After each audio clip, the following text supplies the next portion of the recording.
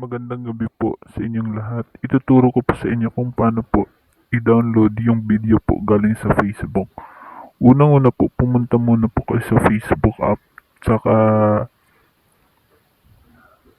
likes muna for the go. Huy! Tapos, yung maghanap po kayo ng video na kahit ano po yung video na gusto nyo. Tapos, halimbawa po, ng ito po, i-tap po natin yung share button, tapos i-copy link po. Tapos pagkatapos po, pumunta po tayo ng Google Chrome. Tapos sa Google Chrome po,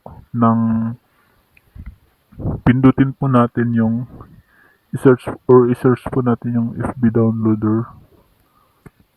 Ganyan po yung ano po niya, itsura. Tapos yan po, pindutin po natin yung Facebook video downloader online. Yan po. Tapos i-paste lang po natin yung link na inano po natin, copy.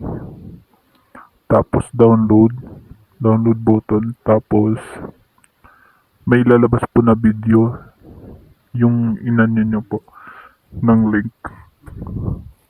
Tapos pindutin po natin yung download video in quality, normal quality. Tapos antayin lang po natin yung download. Masisave na po yan sa gallery po natin. Tapos yan po, pumunta po tayo ng gallery. Pagkatapos po niyan, makikita na po natin na may iba na siya. Huy! Makikita na po natin yung dinownload po nating video. Ayun na po siya.